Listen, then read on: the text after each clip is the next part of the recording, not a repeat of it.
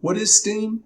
STEAM stands for Science, Technology, Engineering, Art, and Math.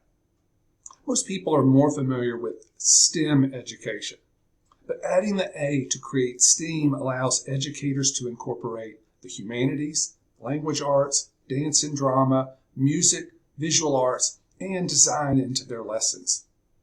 The addition of the arts is also appealing to a broader and diverse group of learners.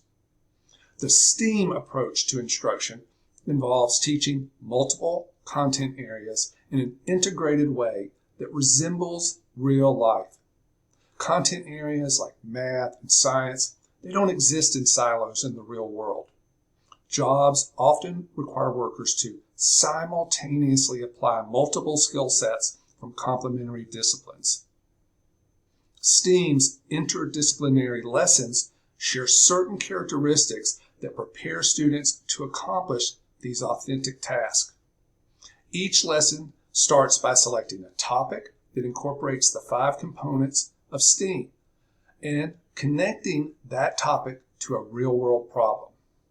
This helps to eliminate students asking that age-old question, when am I ever going to use this stuff again? Once it's been determined what students will accomplish in the lesson, it's time to engage them in the engineering process by having them research the problem, propose and select a solution, and create a design which they will turn into a prototype to be tested. The results of the process are then presented by students in their findings, and if time allows, students will engage in a redesign process based on lessons learned. Sounds fun, right? Why is STEAM important?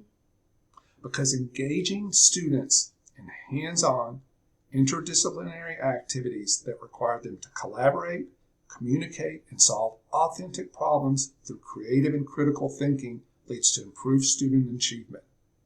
Additionally, STEAM prepares students for post-secondary studies as well as employment in high-demand jobs in a variety of STEAM fields.